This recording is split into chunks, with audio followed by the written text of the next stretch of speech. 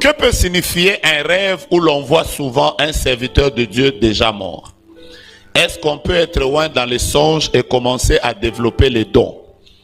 Comment distinguer une vision d'une imagination? Est-ce qu'on peut avoir deux pères spirituels? Que je réponde à laquelle des questions? Tous les songes dans lesquels vous voyez un homme de Dieu peut signifier trois choses importantes. Je réponds directement. Tous les songes dans lesquels vous voyez un homme de Dieu peut signifier trois choses importantes. La première, ça signifie que Dieu vous a donné la même grâce que cet homme-là.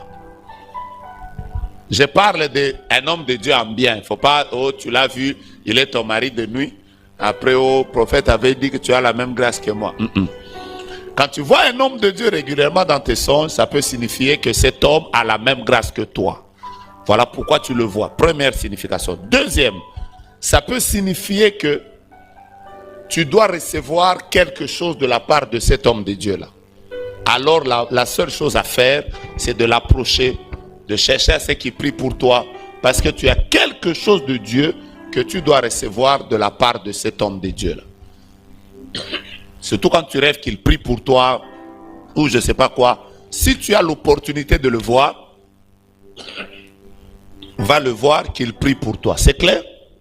Troisième chose, le fait de voir régulièrement un homme de Dieu dans ses songes peut aussi signifier que c'est une personne que tu dois suivre régulièrement.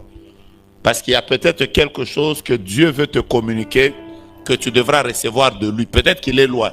Suis-le régulièrement, suis ses prédications, suis quand il a des activités, suis-le. Peut-être qu'il y a quelque chose de lui qui doit être déposé sur toi. C'est clair ce que j'ai dit, non? C'est pas clair?